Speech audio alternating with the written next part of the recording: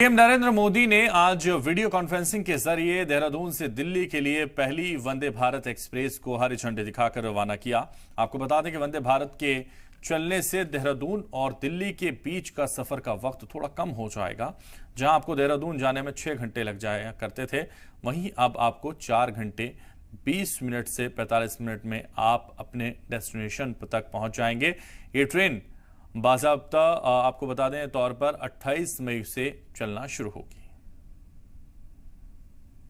देश की 18वीं वंदे भारत ट्रेन की सौगात उत्तराखंड को मिली है। बड़ी बात यह है कि जिस तरीके से उत्तराखंड में जो टूरिस्टर्स हैं उनके लिए एक बड़ी सौगात होगी। वंदे भारत ट्रेन इस वक्त देखिए पूरी तरीके से सजाई हुई है। आपको 18वीं वंदे भारत ट्रेन के अंदर की कुछ तस्वीरें आपको दिखाने जा रहा हूं।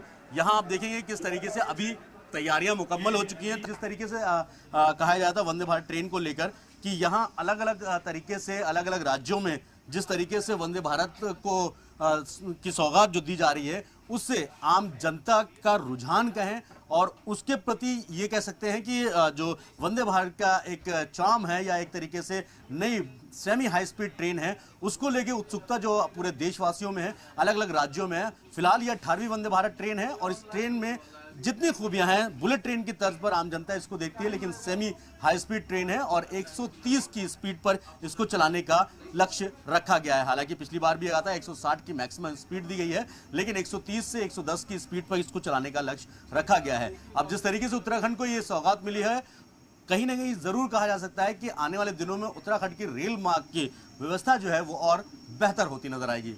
वीडियो जर्नलिस्ट जयप्रकाश के साथ सैयद मुबशिर, जी मीडिया, देहरादून।